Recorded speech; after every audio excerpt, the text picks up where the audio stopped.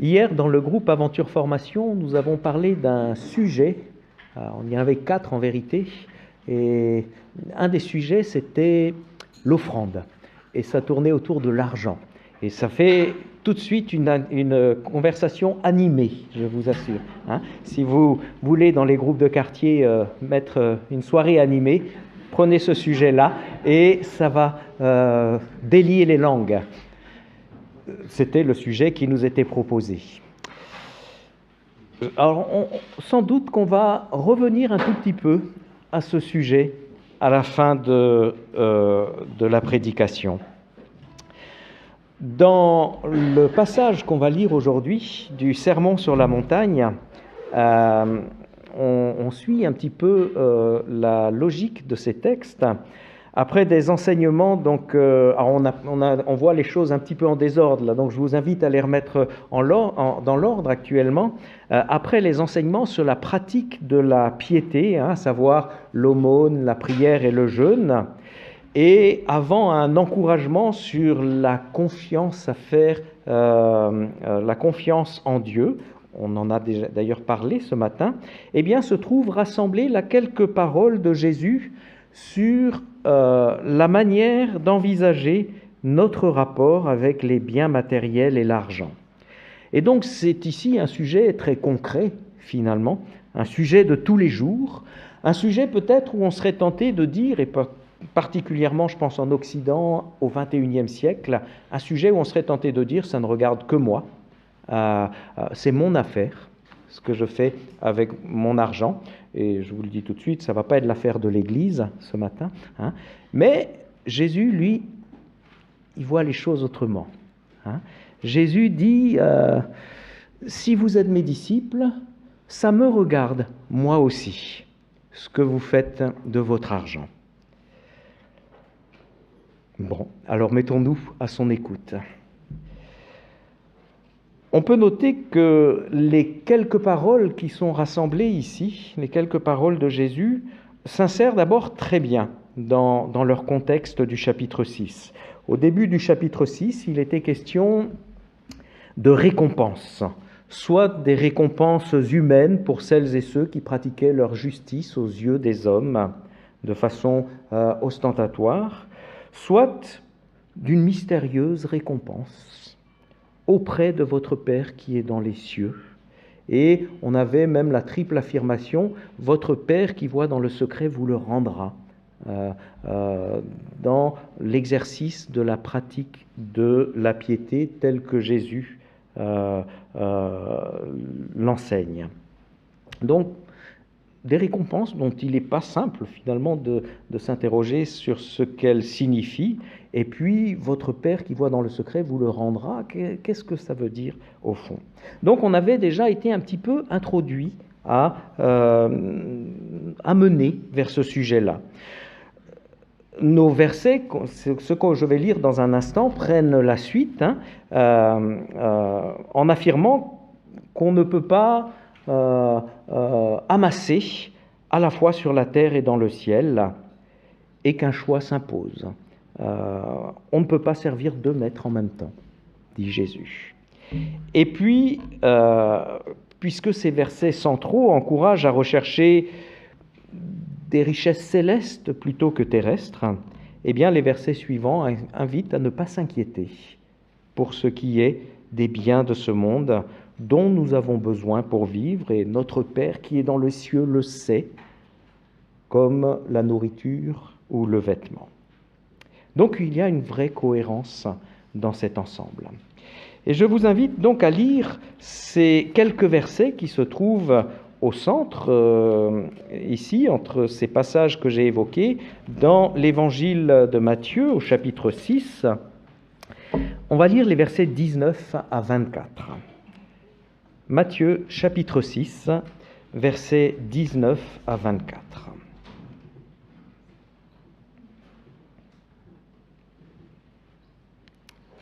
C'est Jésus donc qui parle et qui nous dit « Ne vous amassez pas de trésors sur la terre, où les vers et la rouille détruisent, et où les voleurs fracturent pour voler. Amassez-vous plutôt des trésors dans le ciel, là où ni ver ni rouille ne détruisent et où les voleurs ne fracturent ni ne volent. Car là où est ton trésor, là aussi sera ton cœur. L'œil est la lampe du corps. Si ton œil est bon, tout ton corps sera illuminé. Mais si ton œil est mauvais, tout ton corps sera dans les ténèbres. Si donc la lumière qui est en toi est ténèbres, combien sont grandes les ténèbres? Personne ne peut être esclave de 2 maîtres. En effet, ou bien on détestera l'un et on aimera l'autre, ou bien on s'attachera à l'un et on méprisera l'autre. Vous ne pouvez être esclave de Dieu et de Mammon.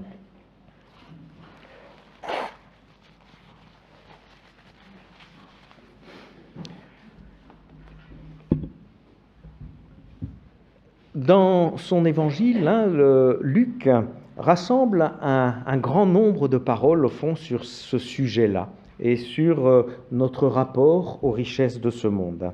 Un grand nombre de paroles de Jésus.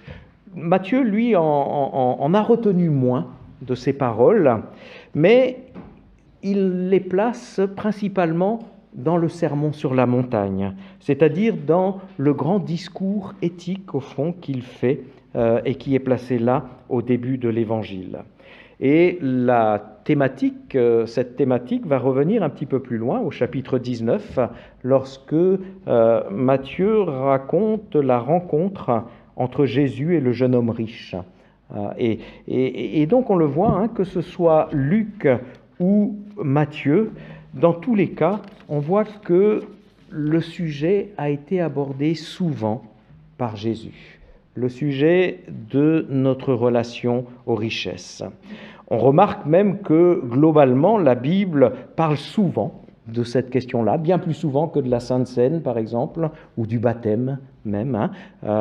Lorsqu'il y avait eu au début il y a plusieurs années, là déjà, au début du défi Miché, une invitation aux églises et aux chrétiens à vivre la solidarité, eh bien, je me rappelle qu'il y avait un ouvrage qui avait été édité par le CEL, je crois d'ailleurs, et entre autres une série d'études bibliques, et il disait là-dedans, si on enlevait de la Bible tous les versets qui parle de la relation aux richesses, eh bien, il y aurait plein elle serait beaucoup moins longue, la Bible. Il y aurait plein de trous partout, autant dans l'Ancien que dans le Nouveau Testament. Et Jésus n'a pas fait exception. Il a parlé souvent de cette question-là. Et si la parole de Dieu aborde souvent cette question, c'est certainement parce qu'elle sait combien les richesses de ce monde peuvent devenir un piège, une réalité qui peut vraiment venir parasiter notre relation avec Dieu et parasiter notre relation avec le prochain. Et il n'y a pas besoin de prendre beaucoup d'exemples ou d'en chercher pour voir que, effectivement, la question de l'argent peut vraiment briser des relations dans des familles, avec des amis, etc. Et vraiment aussi parasiter notre relation à Dieu. Une réalité, en fait, qui a même le pouvoir de couper notre relation avec le prochain, ou sans doute, peut-être même avec Dieu. Alors, regardons ces quelques paroles d'un petit peu plus près. Il y a ici donc 3 paroles de Jésus sur le sujet, sur l'endroit où nous amassons notre trésor, sur l'œil comme lampe du corps et sur les 2 seigneurs qu'on ne peut pas servir simultanément. La première parole consiste à déterminer où se trouvent les réalités les plus importantes pour nous, au fond. C'est ce que dit le verset 21. « Là où est ton trésor, là aussi sera ton cœur. » On peut noter le futur d'ailleurs. Notre cœur, d'une certaine façon, va suivre, va aller s'attacher à ce qui fait mon trésor. Et du coup, il a réellement, vraiment, le pouvoir de me détourner vraiment de Dieu si mon trésor est ailleurs, loin de Dieu. Le cœur, c'est-à-dire le centre de la personne, on le sait, ce qui donne à ma vie son orientation fondamentale. C'est comme ça qu'il faut comprendre la notion du cœur dans la Bible. Et au fond, donc, Jésus nous dit que nous interroge et nous demande pourquoi est-ce que tu vis? Non pas pourquoi en un seul mot, mais en deux mots. Pourquoi est-ce que tu vis? Pour des réalités situées sur la terre, une grande et belle maison, gagner beaucoup d'argent pour vivre une belle retraite, ou pour des réalités situées dans le ciel, c'est-à-dire là où est Dieu. Alors on peut noter que, je ne sais pas pour vous, mais que ça n'a jamais été vraiment simple quand même de répondre à ces questions-là. Si je veux construire une maison, ça va me demander de l'énergie. Je vais devoir travailler dur pour gagner de l'argent, pour pouvoir la construire. Et quand le moment sera venu de réaliser mon projet, moi je suis passé par là, je sais que ça prend la tête. On est comme absorbé par cette affaire-là. Ça prend vraiment la tête et même, sans doute, quand je serai dans le moment de réaliser ce projet, pendant un temps au moins, j'aurai un peu moins la possibilité de faire preuve de générosité parce que la bourse, elle n'est pas extensible en même temps. Et cette simple réalité, cette simple expérience de vie qu'on peut faire, ça dit quelque part le côté asservissant de ces choses-là. Ça prend la tête, vraiment, et ça occupe de l'énergie. Et oui, on est comme pris vraiment par cela. En même temps, je crois que Jésus ne cherche pas à empêcher ses disciples à concevoir de tels projets. Au moins, au minimum, il nous invite à réfléchir à la place de tels projets, à la place que de tels projets peuvent prendre dans notre vie. Et surtout, je crois qu'ici, dans ces paroles-là, Jésus nous invite à prendre conscience d'une réalité fondamentale. De tels projets, au fond, ont une durée limitée. Sur la terre, il y a les vers, il y a la rouille, il y a les voleurs, qui font qu'on peut perdre beaucoup aussi dans les faits. Et ces réalités-là, bien, ne sont pas durables. Elles n'ont qu'un temps. Elles ne vont durer qu'un temps. Comme le dit le psaume 73, tout cela, nous ne pouvons pas l'emporter avec nous au-delà de nos années de vie sur terre. Toutes ces choses sont des réalités terrestres. Et le psaume 73, relisez-le chez vous, je trouve qu'il est tellement beau sur cette thématique-là, où c'est un croyant qui prie et qui dit « Ah, j'ai été tellement jaloux de ce que les autres avaient, je me disais, mais pourquoi eux, ils ont toujours... et moi, je n'y arrive pas ?» Et puis, il a cheminé avec ça, et il montre comment Dieu l'a amené à cheminer avec cela. Mais ça dit tout cela, effectivement, le pouvoir asservissant de ces réalités terrestres. Le psaume 73, donc, nous rappelle que nous ne pouvons pas emporter toutes ces choses terrestres avec nous, au-delà de notre vie sur terre. Et pour celui qui croit à la vie éternelle, il s'agit donc là de réalités qui restent secondes, provisoires, et qui, à ce titre, ne peuvent pas prendre toute la place. Et la parole de Jésus nous invite au moins à voir les choses de cette manière-là, à replacer les choses à leur juste échelle. Les réalités célestes, en revanche, elles sont durables, éternelles. Le ver, la rouille n'ont pas prise sur ces réalités célestes et les voleurs sont incapables de les dérober. Elles sont comme garanties par Dieu lui-même, protégées par le Seigneur. Alors quels sont ces trésors dans le ciel au fond? Sans doute les choses qui concernent le royaume des cieux, ces choses qui ont été déjà largement mentionnées dans le Sermon sur la montagne. Les béatitudes, par exemple, disaient, la première et la dernière béatitude, le royaume des cieux est à eux. Et donc, ces choses qui tournent autour des réalités du royaume des cieux font partie certainement de ces trésors qui sont dans le ciel. Le salut, la vie éternelle sont de ces trésors dans le ciel. Ils dépendent de Dieu et de Dieu seul.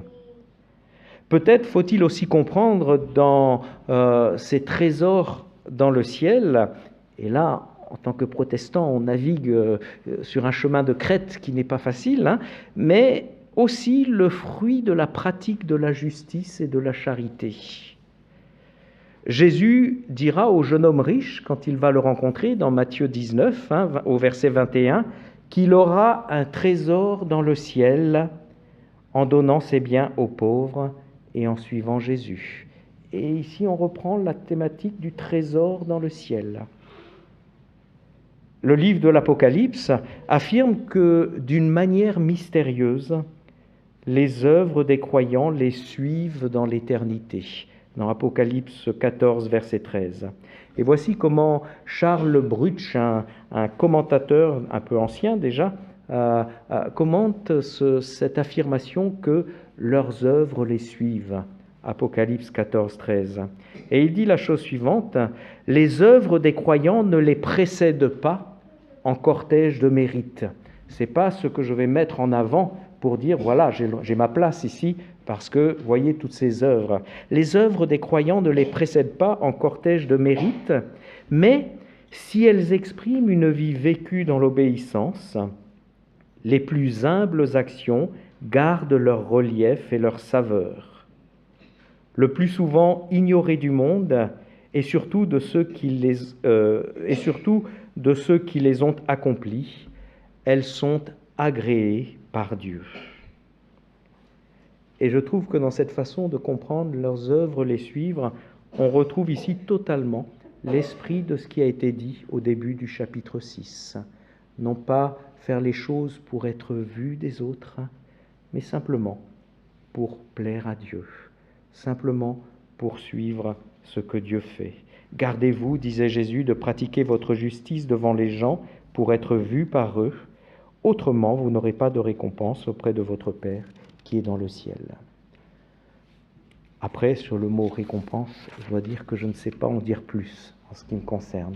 Mais je crois quand même qu'il y a des choses qui sont agréées par Dieu et que Dieu saura montrer qu'il les agrée.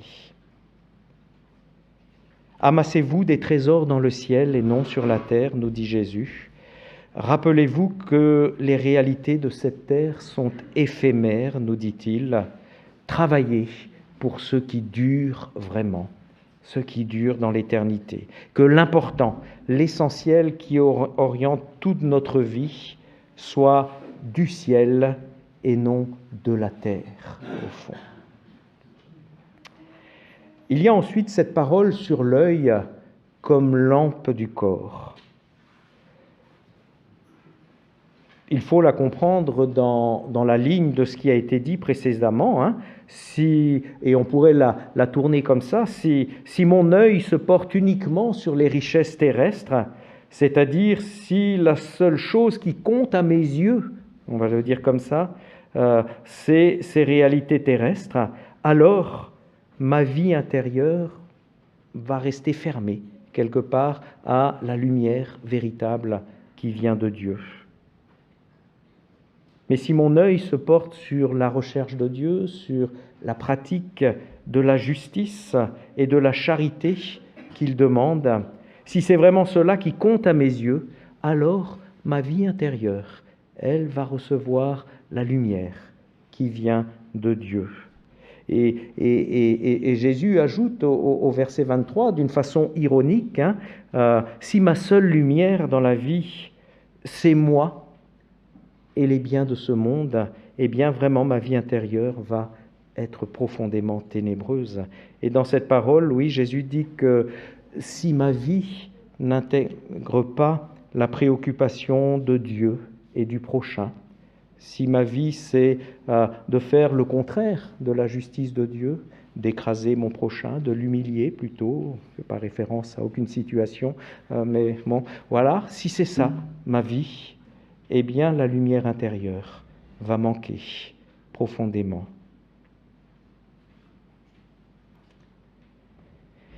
Et dans la dernière parole qui fait suite, Jésus dit qu'il n'est pas possible de servir 2 maîtres à la fois.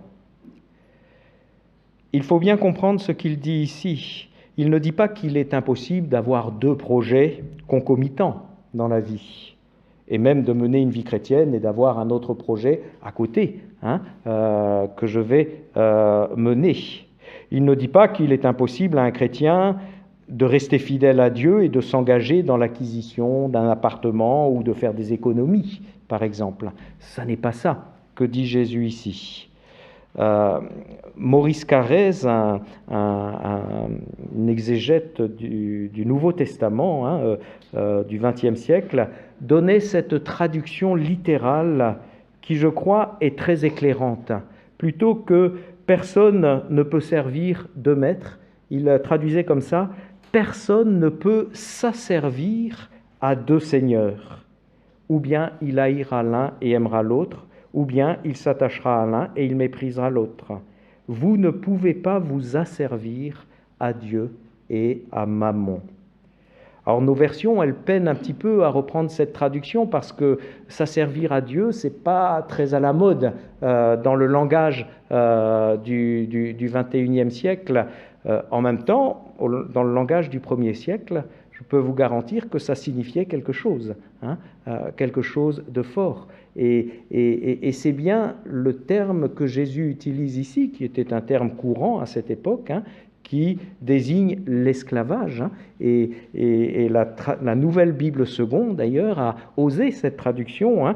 Personne ne peut être esclave de 2 maîtres à la fois. Et il dit même, vous ne pouvez être esclave de Dieu et de Mammon. Donc la Nouvelle Bible seconde reprend bien cette idée. L'intérêt de cette traduction, je trouve, de Maurice Carrez, c'est qu'elle rappelle combien l'argent, la recherche de la richesse, peut devenir un véritable esclavage.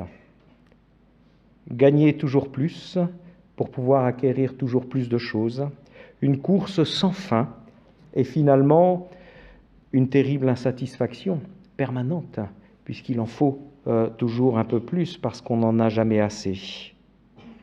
Cela peut puiser toute notre énergie et même nous conduire à écraser notre prochain. Tout le contraire, au fond, de ce que Jésus demande dans le Sermon sur la montagne et globalement dans tout son enseignement. Alors, que faire avec ces paroles de Jésus ? Les mettre en pratique, bien sûr, il n'y a pas de doute là-dessus. Et cela, quand bien même nous vivons sur la terre où nos pensées sont inévitablement accaparées par les richesses de ce monde. Et c'est ici que je voudrais faire un petit retour vers la question de l'offrande. Même si ça n'est pas le seul moyen, il me semble que la pratique cultuelle de l'offrande nous offre le moyen de travailler notre détachement des richesses du monde et de travailler notre attachement à Dieu et aux réalités célestes. Et peu importe au fond la forme sous laquelle nous la pratiquons, soit en mettant dans des paniers qui passent le dimanche matin, faisant un virement bancaire, tout ça importe peu finalement, mais ce qui fait vraiment le cœur et le sens de cette offrande, c'est d'essayer de vivre les réalités que dit Jésus ici. En donnant notre argent, puisque c'est sous cette forme qu'elle se présente en général en Occident, en donnant notre argent, nous confessons que tout ce qui fait notre vie nous vient de lui et nous lui exprimons par là notre reconnaissance pour ce qu'il nous donne. En nous séparant d'une partie de nos richesses, nous disons aussi notre liberté à l'égard de ces richesses et nous affirmons encore et aussi notre confiance. Dieu qui a donné aujourd'hui donnera encore demain. Nous lui manifestons notre confiance. Et en partageant notre richesse, nous disons enfin notre désir de ne pas vivre seulement pour nous-mêmes, mais de pratiquer la justice et la charité, le partage auquel Jésus nous invite, en particulier, encore une fois, dans le Sermon sur la montagne, mais plus globalement dans tous ses enseignements. Alors que notre trésor soit de suivre Jésus, c'est là que notre cœur et toute notre vie trouvent son orientation fondamentale, que notre trésor soit tourné là, vers les réalités célestes et non pas vers les réalités terrestres. Amen.